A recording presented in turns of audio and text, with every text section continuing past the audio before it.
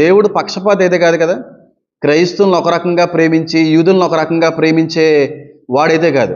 ఎందుకంటే ఈ 1,44,000 మందిని మాత్రమే ఏర్పరచుకుని ఆ 7 సంవత్సరాలు ఉన్నటువంటి మిగతా క్రైస్తవుల్ని, హైందువులుగా ఉన్న వాళ్ళకి క్రీస్తుని అంగీకరించిన వాళ్ళందరినీ ఏర్పాటు చేసుకోలేదనా?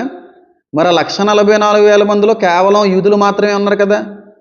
వాళ్ళు మాత్రమే, వాళ్ళ నొసల మీద మాత్రమే వేయబడి ఉంది కదా. అంటే మిగతా ఒకవేళ శ్రమలనే కాలంలో క్రైస్తవులు ఉంటే మరి వాళ్ళు ఎక్కడా కనబడట్లేదేంటి?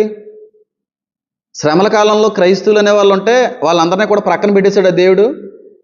ఈ గోత్రాలను ఉన్న వారిని మాత్రమే ఏర్పరచుకున్నాడా? అంటే దేవుడు అక్కడ పక్షపాతం చూపిస్తున్నాడు అన్న దాని అర్థం ఏమన్నా? కాదు కదా. దయచేసి గమనించండి, ఎట్టి పరిస్థితుల్లో కూడా 7 సంవత్సరాల శ్రమకాలంలో క్రీస్తుని ముందుగా అంగీకరించిన ఏ ఒక్కరినే కూడా విడిచిపెట్టడో.